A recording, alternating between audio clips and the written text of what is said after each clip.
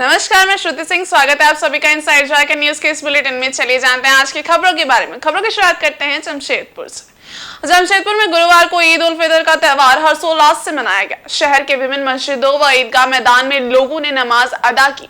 इसके बाद एक दूसरे को गले लगाकर ईद की बधाई दी। इसके बाद सेवइयों की मिठास के साथ खुशियां बांटी। इस्पात नगरी जमशेदपुर व आसपास के इलाकों में गुरुवार को धूमधाम से ईद मनाई गई। सुबह से ही मुस्लिम धर्मावलंबी ईद की नमाज अदा करने के लिए विभिन्न मस्जिदों ईदगाहों में जमा हुए। इस दौरान सब ने देश दुनिया में अमन चैन की दुआएं मांगी। इसके बाद एक दूसरे के गले मिल ईद की मुबारकबाद दी।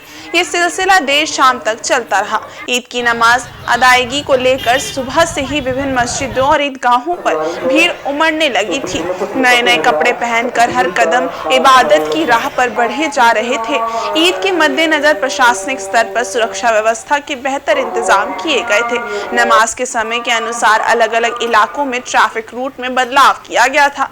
इसके अलावा जिले में विधि व्यवस्था बनाए रखने के लिए दंडाधिकारी तैनात किए गए थे।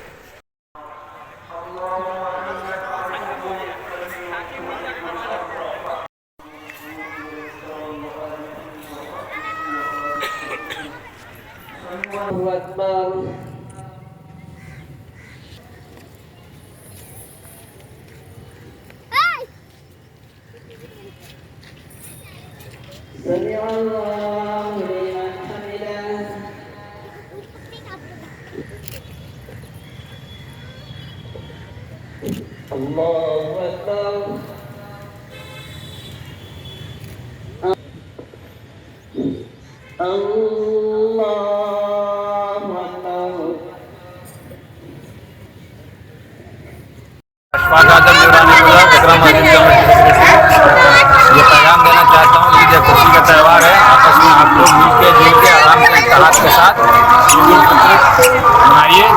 आप सभी को ईद मुबारक हो। इकराम मस्जिद कमेटी के तरफ ईद देखिए हम लोग अमन चैन के लिए है और ईद जो है 30 रमज़ान जो हम लोग रोज़ा रखते हैं और उसका इबादत करके और खुशी से हम लोग पूरा ईदगाह में आके और एक साथ सब मिल के हम लोग नमाज़ पढ़ के अदा करते हैं।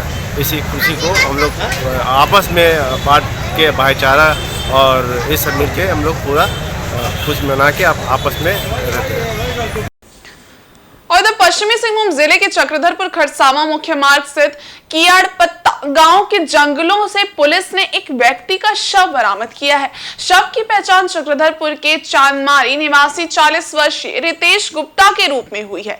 रितेश गुप्ता का शव एक पेड़ पर प्लास्टिक की रस्सी के सहारे झूलता हुआ मिला है। शव के पैर में भी रस्सी बनी हुई है। शव के पास ही रितेश का बैग, जूता, बाइक की चाबी सहित अन्य सामान मिले हैं। शव को देखने से ऐसा प्रतीत हो रहा है जैसे हत्या कर शव को पेड़ पर फंदे से टांग दिया है। गुरुवार सुबह कुछ लोगों ने शव को देख इसकी सूचना पुलिस को दी। जानकारी के मुताबिक बुधवार की शाम रितेश गुप्ता की बाइक चक्रधरपुर खरसावां मुख्य मार्ग के कियाड़पत्ता गाँव के पास सड़क किनारे लावारिस हालत में मिली थी। समाज सेवी सिकंदर जामुदा ने इसे सोशल मीडिया में पोस्ट किया, जिसके बाद रात को जानकारी मिली कि ये बाइक चक्रधरपुर के चांदमारी निवासी रितेश गुप्ता की है और वह बुधवार दोपहर से लापता है। इधर गुरुवार की सुबह ग्रामीणों ने जंगल के अंदर पेड़ पर लटकता शव देखा। इसके बाद इसकी सूचना पुलिस को दी गई। जानकारी पाकर रितेश के परिवार वाले भी घटना स्थल पर पहुंचे और शव की शिनाख्त की। रितेश के छोटे भाई दिनेश गुप्ता ने बताया कि उसका भाई चक्रधरपुर के रूपराज स्टोर में काम करता था। वह बुधवार को बड़ा बम्बो लक्ष्मी स्टोर तगादा करने की बात कहकर घर से निकला था। इसके बाद घर नहीं लौटा। काफी खोजबीन की गई लेकिन कुछ पता नहीं चला। गुरुवार की सुबह जंगल से शव बरामद हुआ। शव पाए जाने की सूचना मिलने के बाद मुफस्सिल थाना प्रभारी रंजीत उरांव घटनास्थल पर पहुंचे और शव को पेड़ से उतरवाया।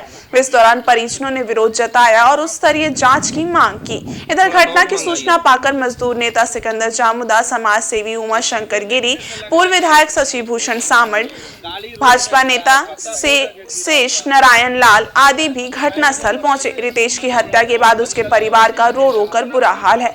उसकी 3 छोटी छोटी बेटियां और एक छोटा सा बेटा है। लोगों ने इस क्षेत्र में पुलिस की गश्ती बढ़ाने और पुलिस चौकी का निर्माण कराने की मांग की है।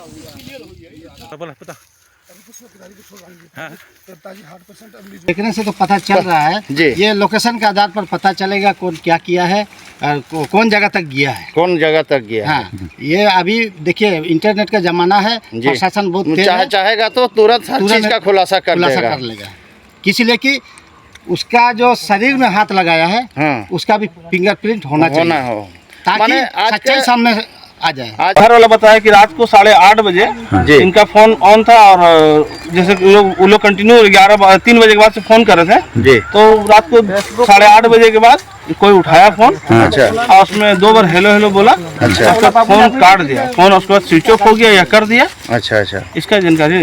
और झारखंड में थंडर क्लाउड आने की वजह से कई हिस्सों में हल्के और मध्यम दर्जे की बारिश 11 से 12 अप्रैल को होने की संभावना है। इस दौरान रांची मौसम विज्ञान केंद्र के मौसम पूर्वानुमान के अनुसार राज्य के दक्षिणी एवं मध्य जैसे रांची संभाग एवं कोल्हान के इलाकों में हल्के दर्जे की बारिश देखने को मिल सकती है। 13 और 14 अप्रैल को राज्य के पश्चिमी, मध्य एवं दक्षिणी भागों में कहीं कहीं हल्के दर्जे की बारिश हो सकती है। 15 एवं 16 अप्रैल को मौसम शुष्क रहेगा। रांची मौसम विज्ञान केंद्र के चेतावनी के अनुसार 11 और 12 अप्रैल को कोल्हान और रांची संभाग में थंडरस्टॉर्म और लाइटनिंग के साथ गर्जन और वज्रपात के समय हवा की गति 30 से 40 किलोमीटर प्रति घंटा रहने की संभावना है। रांची मौसम विज्ञान केंद्र के अनुसार 11 अप्रैल को राज्य में अधिकतम तापमान में 3 से 4 डिग्री की गिरावट देखने को मिल सकती है। तत्पश्चात 12 से 14 अप्रैल तक 4 से 5 डिग्री अधिकतम तापमान में वृद्धि हो सकती है। जबकि 11 तारीख में जो अधिकतम तापमान है उसमें राज्य भर में 3 से 4 डिग्री की गिरावट देखने को मिल सकती है। उसके तत्पश्चात 12 तारीख से अगर बात करें तो फिर 4 से 5 डिग्री तक 12 से लेकर अगले 3 दिन में 12 से लेकर 14 तक में फिर 4 से 5 डिग्री तक में तापमान में आपको वृद्धि देखने को मिल सकती है। तो थोड़ा सा जो अधिकतम तापमान है उसमें थोड़ा सा गिरावट देखने को मिलेगा। उसके बाद फिर उसमें एक बार बढ़ोतरी देखने को आपको फिर से मिल सकती है। तो और अभी थंडरस्टॉर्म लाइटनिंग के अलावा कोई भी अलर्ट झारखंड के लिए नहीं है। और चक्रधरपुर रेल क्षेत्र के इतवारी बाजार में पूर्व विधायक शशि भूषण सामंत ने बाजार के बद इंतजामी के खिलाफ जमकर बवाल काटा। शशि भूषण सामंत ने रेलवे पर फुटपाती दुकानदारों को प्रताड़ित करने का आरोप लगाया, साथ ही व्यवस्था दुरुस्त नहीं होने पर जन आंदोलन करने की चेतावनी दी। बता दें कि सब्जी विक्रेताओं के द्वारा इतवारी बाजार के रेलवे कॉलोनी में क्वार्टर के सामने खाली पड़े जमीन पर दुकान लगाया जाता है। रेलवे इंजीनियरिंग विभाग ने सभी सब्जी विक्रेताओं को बाजार के अंदर में बनाए गए शेड में ही दुकान लगाए जाने की चेतावनी जारी की है, अन्यथा कार्रवाई करने की बात कही गई है। रेलवे के इस फरमान से गरीब सब्जी विक्रेताओं में हड़कंप मचा हुआ है। उन्होंने शेड के अंदर ही दुकान लगाना शुरू कर दिया है, लेकिन शेड में भारी अनियमितता देखी जा रही है। जितने सब्जी विक्रेता है उसके अनुपात में शेड में जगह काफी कम है। कई सब्जी विक्रेता जगह नहीं मिलने के कारण दुकान नहीं लगा पा रहे हैं। वहीं शेड के अंदर भारी गंदगी भी है। दुकानदारों के अनुसार रेलवे इंजीनियरिंग विभाग द्वारा शेड के अंदर नियमित रूप से साफ सफाई नहीं की जाती है, जिसके कारण गंदगी फैली हुई रहती है। इधर इसकी जानकारी मिलने के बाद शशि भूषण सामंत बाजार पहुंचे और रेलवे की अव्यवस्था देख जमकर हंगामा किया और रेलवे के अधिकारियों पर भड़के। उन्होंने कहा कि ये जमीन गरीब आदिवासियों की है। आज देश की राष्ट्रपति बनी आदिवासी महिला द्रौपदी मुर्मू भी इसी क्षेत्र से आती हैं, लेकिन हालात देखिए, रेलवे के अधिकारी सब्जी दुकान लगाने वाले गरीब आदिवासियों को सुविधा देने के बजाय उन्हें प्रताड़ित कर रहे हैं। रेलवे इन गरीबों से महसूल भी वसूलती है, लेकिन सुविधा देना नहीं चाहती। शशि भूषण सामंत ने सब्जी विक्रेताओं को कहा कि वे पहले की तरह ही रेल क्षेत्र में दुकान लगाएं। रेलवे ने अगर फिर से उन्हें परेशान किया तो वे आंदोलन करेंगे। हुआ है कि यहाँ बाहर में ही लोग बाजार लगा रहा तो मैदान में उन लोग को यहाँ से मैंने हटा करके अंदर में छोटा सा जगह में इन लोग को अंदर घुसा दिया है। और यहाँ इतना कचरा भी है, लोग कचरा तो कभी देखता नहीं है, सब आदमी से तो इन लोग वसूल लेता है। तो आज अगर PWI अगर अपना जमीन दिया है तो बोलने का अधिकार है। ये मेरा जमीन है, हमने दिया। आज राष्ट्रपति द्रौपदी मुर्मू की देवगांव की है, आज सलकन मुर्मू देवगांव की है। ये लोग आज हम लोग का जमीन लेकर के इन लोग उड़ीसा चल गया है। ये ननियार है उनका, ये द्रौपदी मुर्मू का अब ये राष्ट्रपति जो अभी है। और आज इनको सारा इनका एक जमीन हम लोग दिया हुआ, आदिवासी जमीन दिया हुआ में हम ही लोग को भगाता है ये तो होने नहीं दिया जाएगा। और बाहर में कल से सब्जी लगेगा और अगर किसको दिक्कत है तो बताएगा, नहीं तो हम लोग सीधा राष्ट्रपति को हम लोग द्रौपदी मुर्मू से हम लोग बात करते हैं। अगला इसका तो कार्रवाई होगा ही। PWI को यहाँ से भगाना है। पहले PWI जो यहाँ इनको दिक्कत हो रहा है ना उनको भगाएंगे। आज यहाँ सब्जी कौन लोग ले रहा है? आज सब्जी जो भी ले रहा है तो रेलवे एम्प्लॉय लोग, रेलवे जो रिटायरमेंट हुआ वही लोग यहाँ घर बनाए, वही लोग यहाँ सब्जी लेते। अरे 2 घंटा का सब्जी तो बाजार लगता है, 2 घंटे में इनको दिक्कत हो रहा है। क्या चीज का दिक्कत है इनको? बना दो साला, उधर इतना तुम्हारा रेलवे जगह है तो इसको 2 साला बिल्डिंग बनाइए, यहाँ पर सब्जी बेचवाइए। अब महसूल ले रहे हैं और उसके बाद में हमारा आदमी को, गांव का आदमी को भगाइएगा। सुविधा भी जो आदमी हम जमीन दिया वो आदमी को यहाँ से भगा रहे हैं। सुविधा भी तो कुछ नहीं दिया है। सुविधा कुछ नहीं है, दुनिया भर का कचरा है वहाँ। जगह का कमी है तो इसीलिए तो यहाँ बेच रहा है। इसको भी तुम बना के दो। क्या तुम्हारा रेलवे के पास पैसा का कमी है क्या? अगर दोबारा कल भगाएगा ना इनके ऊपर अभी लड़ाई शुरू हो जाएगा। फिर हम लोग वही जरकंडी शुरू कर देंगे। हम लोग सब यहाँ से कल से यही फिर बाजार लगाएगा और PWI सलाह है यहाँ पर हमसे बात करेगा। और सरायकेला खरसावां जिले में आयोजित होने वाले राजकीय चैत्र पर्व से छाऊ महोत्सव गुरुवार को धार्मिक अनुष्ठान के साथ प्रारंभ हुआ। विधिवत पूजा अर्चना के साथ यात्रा घाट का आगमन हुआ। स्थानीय खरकई नदी के घाट से पूजा अर्चना कर देर रात यात्रा घाट निकाली गई। निर्धारित समय के अनुसार रात 12:05 पर सरायकेला की खरकई नदी किनारे मजना घाट से घंटों पूजा अर्चना के पश्चात यात्रा घाट की यात्रा प्रारंभ हुई। मुख्य सड़क होते हुए यात्रा घाट पहले राजमहल पहुंची, जहां से उसे पूजा अर्चना के बाद डेली मार्केट स्थित शिव मंदिर तक लाया गया। इस दौरान नदी किनारे हजारों की संख्या में श्रद्धालुओं ने एकत्रित होकर भगवान शिव एवं माता पार्वती को समर्पित अर्धनारीश्वर रूप यात्रा घाट की पूजा अर्चना की। महोत्सव से पूर्व प्रत्येक वर्ष यात्रा घाट एवं अन्य धार्मिक अनुष्ठान जिला प्रशासन द्वारा आयोजन किया जाता है।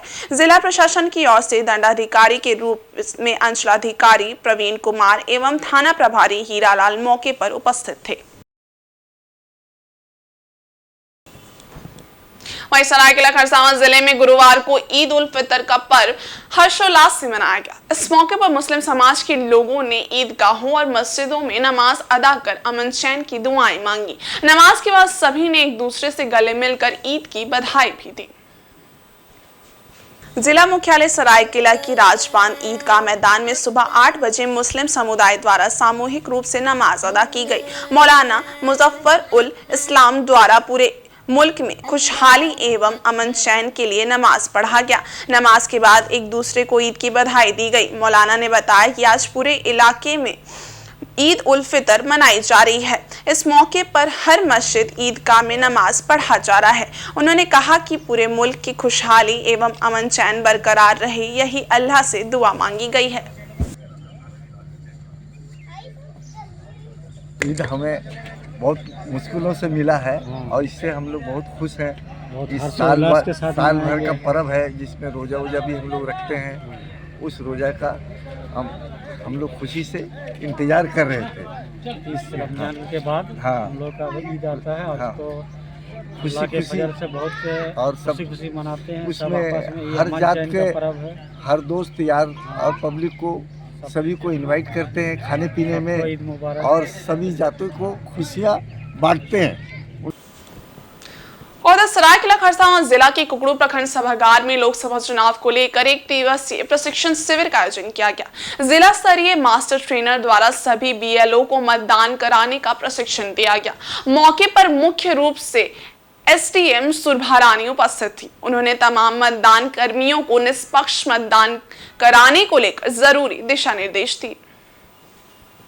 वहीं मास्टर ट्रेनर द्वारा AVM मशीन लॉक करने, ओपन करने, निष्पक्ष मतदान कराने आदि के संबंध में जानकारी दी। प्रोजेक्टर के माध्यम से भी मतदान केंद्रों में मतदान कराने के बारे में बताया गया। बेहतर ढंग से मतदान प्रक्रिया को समझाने के लिए ऑडियो विजुअल क्लिप्स के माध्यम से प्रशिक्षण दिया गया। SDM सुरभारानी ने प्रशिक्षण में उपस्थित सभी BLO को आसन लोकसभा चुनाव में निष्पक्ष मतदान के लिए मतदान प्रक्रिया की जानकारी देने के साथ ही कई दिशा निर्देश भी दिए। उन्होंने सभी कर्मियों से मतदाताओं को अपने स्तर से भी जागरूक कर 100% मतदान कराने के लिए उत्साहित करने को कहा। मौके पर मौजूद बीडीओ कीकू महतो ने भी सभी बीएलओ को कई जानकारी दी।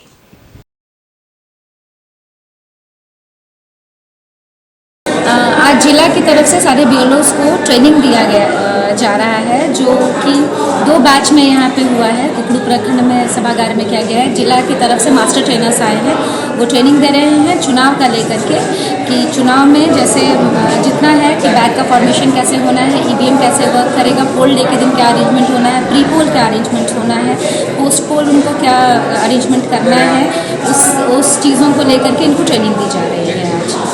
और सिंहभूम संसदीय सीट से भाजपा प्रत्याशी से सांसद गीता कोड़ा ने नक्सल प्रभावित सारंडा के छोटा नागरा में जनसंपर्क अभियान चलाते हुए कार्यकर्ताओं व वोटरों से मुलाकात की। उन्होंने उपस्थित ग्रामीणों एवं मुंडा से अपील किया कि सभी अपने मताधिकार का प्रयोग जरूर करें और मतदान के प्रतिशत को बढ़ाएं। इसके साथ ही गीता कोड़ा ने कहा कि वास्तविकता है कि सारंडा के गांव का जिस प्रकार से विकास होना चाहिए था वो नहीं हो पाया है। समस्याएं अनेक हैं जिसका मिलकर समाधान करना है। वहीं सारंडा के तमाम प्राइवेट खदान बंद होने से बेरोजगारी व पलायन बढ़ा है। केंद्र सरकार की मदद से इस बार बंद खदान खोलने के लिए प्रयास किया जाएगा और क्षेत्र में रोजगार बढ़ाया जाएगा। क्षेत्र के लोगों को आर्थिक रूप से मजबूत करने की बड़ी कोशिश है। उन्होंने ग्रामीणों से अपील किया कि भाजपा व एनडीए का 400 पार का लक्ष्य तभी पूरा होगा जब आप अपना बहुमूल्य वोट भाजपा को देकर मुझे क्षेत्र से फिर एक बार संसद भेजने का काम करेंगे। उन्होंने कहा कि मैं हमेशा से आपकी सेवा में तत्पर हूं। इस दौरान गीता कोड़ा मनोहरपुर प्रखंड के पुराना मनोहरपुर काली मंदिर भी पहुंची। यहां उन्होंने पूजा अर्चना कर लोकसभा चुनाव में जीत की कामना करते हुए आशीर्वाद मांगा। वहीं चिड़िया माइंस के मजदूर से भी मुलाकात की। अपने दौरे के क्रम में गीता कोड़ा ने चिड़िया, रायडी, बाहर डूंगरी, रायकेरा समेत कुल 17 गांव का दौरा किया। चुनाव के बाद हम लोग सबसे पहला काम हम अभी वहाँ चिड़िया में भी बोल के हैं, पहला काम चिड़िया के लिए होगा। नहीं तो अभी जो बैठे हुए हैं मजदूर, उसको तो पहले काम तो अभी हम नहीं बोल सकते। वहीं झारखंड की कांग्रेस विधायक अंबा प्रसाद की मुश्किलें कम होने का नाम नहीं ले रही हैं। मनी लॉन्ड्रिंग मामले में आरोपों का सामना कर रही अंबा प्रसाद से लगातार तीसरे दिन यानी कि बुधवार को भी पूछताछ की गई। इससे पहले मंगलवार को भी ईडी के अधिकारियों ने लगभग 6 घंटे तक उनसे सवाल जवाब किए थे। बता दें कि अंबा प्रसाद रांची स्थित ईडी कार्यालय में मंगलवार दोपहर 3:10 पर दाखिल हुई और रात करीब 9:20 पर बाहर आई थी। उन्होंने ईडी कार्यालय से बाहर आने के बाद बताया कि उन्हें बुधवार को फिर से पेश होने के लिए कहा गया है। वे अभी तक जांच के वास्तविक मुद्दे को नहीं समझ पाई हैं। जब्त किए गए मोबाइल से संबंधित सवाल उनसे पूछे जा रहे हैं। अंबा प्रसाद ने कहा कि ईडी जब भी उन्हें बुलाएगी वे पहुंच जाएंगी। नहीं, आज तक आप देखें हम कोई पेपर लेके गए हैं, तो बस जो भी इन्वेस्टिगेशन चल रहा है उस पर सहयोग करेंगे।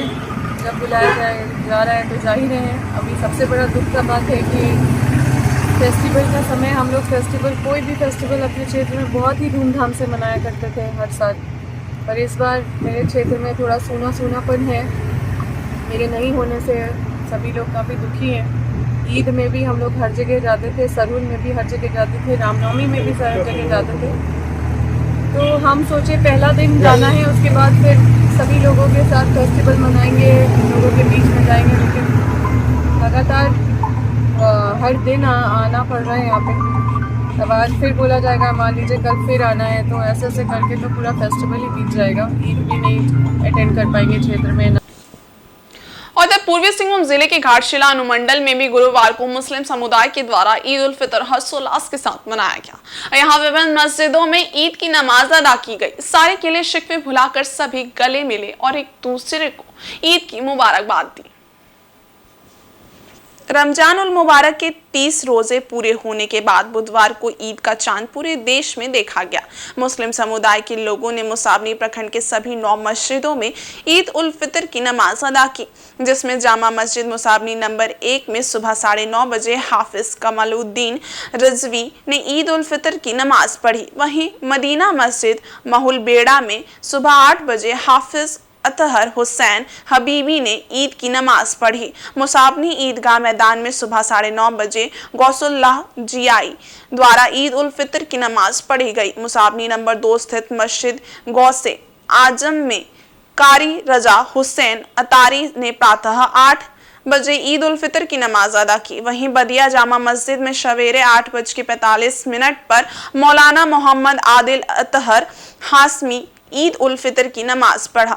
इसके बाद ही मस्जिद फैजल रहमान बदिया, मस्जिद जिया उल इस्लाम बनगोड़ा में भी ईद उल फितर की नमाज अदा की गई। नमाज अदा के बाद सभी ने एक दूसरे से गले मिलकर ईद की मुबारकबाद दी, जिसमें बच्चों में खासा उत्साह देखने को मिला।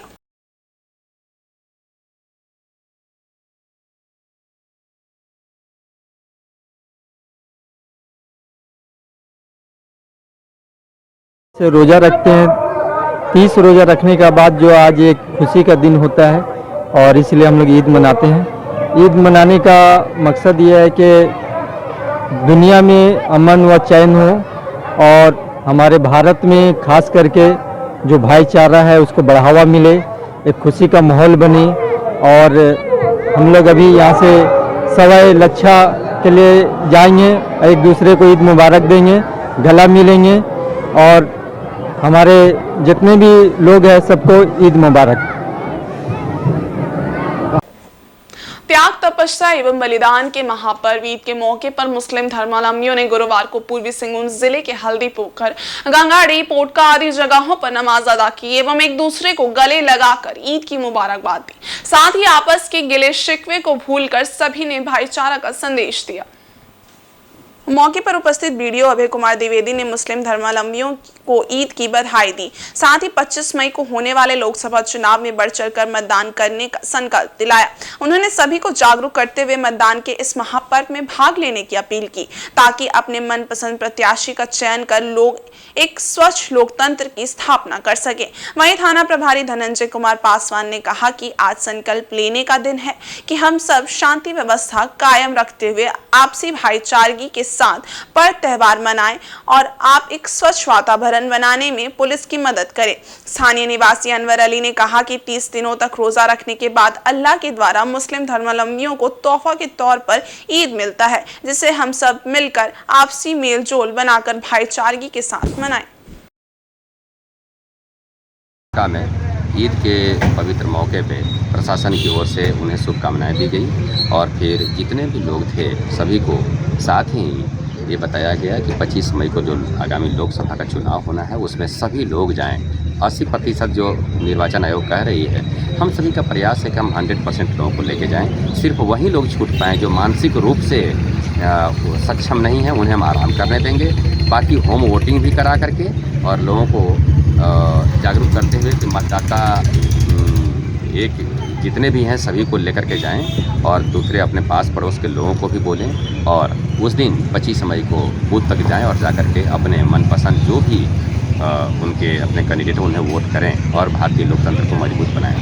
के मौके पर मैं पूरे हिंदुस्तान के तमाम लोगों को इसकी मुबारकबाद देना चाहता हूँ। ये ईद त्याग, तपस्या और बलिदान का दूसरा नाम है। इस रोज़ों को रखने के बाद अल्लाह ताला की तरफ से दिया हुआ ये बेशकीमती तोहफा है और ये ईद हम लोगों को त्याग, तपस्या, प्यार, मोहब्बत और एक दूसरे से भाईचारगी बढ़ाने के लिए एक संदेश लेकर आता है। दिलों में जो एक भाई के प्रति दूसरे भाई के प्रति जो नफरतें होती है उसको मिटाने का एक मौका आता है और हम लोग इसको बहुत हर्षोल्लास के साथ मनाते हैं। और इस ईद के मौके पर हम लोग वो दूरियां जो हमारे भाइयों को तरफ से हमारे जीवन शैली में जो हो जाती है उस दूरियां को मिटाते हैं और अमन, चैन और शांति की दुआएं मांगते हैं और हम लोग एक दूसरे के खुशहाली के लिए और देश की खुशहाली के लिए, अपने समाज की खुशहाली के लिए, तमाम लोगों की खुशहाली के लिए, अमन चैन के लिए दुआएं मांगती है। और पूर्व सांसद स्वर्गीय विजय सिंह सोय को बुधवार को परिजनों सहित विभिन्न राजनीतिक दलों के नेताओं ने याद किया। इस दौरान चक्रधरपुर के त्रिशूल चौक के समीप स्थित समाधि स्थल पर सभी जुटे और श्रद्धांजलि दी। सभी ने 2 मिनट का मौन धारण कर उनकी आत्मा की शांति के लिए ईश्वर से प्रार्थना की। मौके पर पूर्व मंत्री जोबा माझी, पूर्व सांसद की पत्नी कुंती सोय, माला सोय, पुत्री अनुप्रिया सोय के अलावा कांग्रेस प्रखंड अध्यक्ष विजय सिंह सामड़, युवा कांग्रेस नेता प्रीतम बाकीरा, पोंडेराम सामड़, अंबर राय चौधरी समेत विभिन्न पार्टी के नेतागण मौजूद थे। सभी ने समाधि स्थल पर पुष्प अर्पित कर श्रद्धांजलि दी। इससे पहले मंत्री जोबा माझी को सिंहभूम लोकसभा सीट से गठबंधन पार्टी का प्रत्याशी बनाए जाने पर पार्टी के पदाधिकारी ने पुष्प गुच्छ देकर स्वागत किया। इस दौरान काफी संख्या में कांग्रेसी नेताओं के अलावा विभिन्न राजनीतिक दलों के नेतागण व शहर के गणमान्य लोग मौजूद थे। पूर्व मंत्री जोबा माझी ने कहा कि विजय सिंह सोय की लोकप्रियता से घबराकर 10 अप्रैल 2000 को कुछ असामाजिक तत्वों ने उनकी हत्या कर दी। वे आदिवासी मूलवासी के लिए लड़ाई लड़ने वाले योद्धा थे। उनका उद्देश्य सदियों से शोषण के शिकार आदिवासियों को शोषण से मुक्ति दिलाना तथा शिक्षित करना था। उन्होंने भाजपा की प्रत्याशी गीता गौड़ा पर भी निशाना साधा। जो आरोप लगा रहे हैं उसको पहले अपने को झकना चाहिए। पिछला चुनाव को भी याद करना चाहिए। अब हम कोई किसी का सहयोग लेकर के हम कोई आगे बढ़ते हैं तो उसको भूलना भी नहीं चाहिए। जहाँ भूला तो भुला गया। तो इस तरह का मामला आज जो भी इस तरह का आरोप लगा रहे हैं वो सरासर गलत है। उनको यही गठबंधन, यही जो यहाँ पर पूरा शक्ति बैठा है, ये शक्तियों के द्वारा ही उनको ताकत दे करके दिल्ली तक पहुँचाने का काम किया था। आज उन लोगों को भूला आप स्वयं अपने आप को भुला गया। इसीलिए बहुत ज़्यादा आरोप प्रत्यारोप करना नहीं है और हम लोग उनके ऊपर में कोई प्रतिक्रिया देना नहीं है। हमारा एक केंद्रित है, एक ही हमारा एक संकल्प है। ये गठबंधन की जो उम्मीदवार है उसको जिताना है, आपको जिताना है, आपको जीतना है और उनको चुनौती देते हुए उनको जो सबक सिखाना है, ये यहाँ आज संकल्प हम लोग ले रहे हैं। और आज हमारे बीच में उपस्थित है इंडिया गठबंधन की और सिंहभूम की प्रत्याशी माननीय श्रीमती जोबा माझी जी। वो हमेशा से हमारे घर के छोटे मोटे, बड़े से बड़े, छोटे से छोटे प्रोग्राम में उपस्थित होती थी और आज मैं आश्वासन देती हूँ कि मेरे साथ मेरे और मेरे पूरा परिवार उनके साथ है और उन्हें अभी से मैं जीत की अग्रिम बधाई देती हूँ। और इस बुलेटिन में बस इतना ही। ब्रेक के उस पार कुछ और खास खबरें, तब तक के लिए देखते रहे इनसाइड झारखंड न्यूज़। धन्यवाद।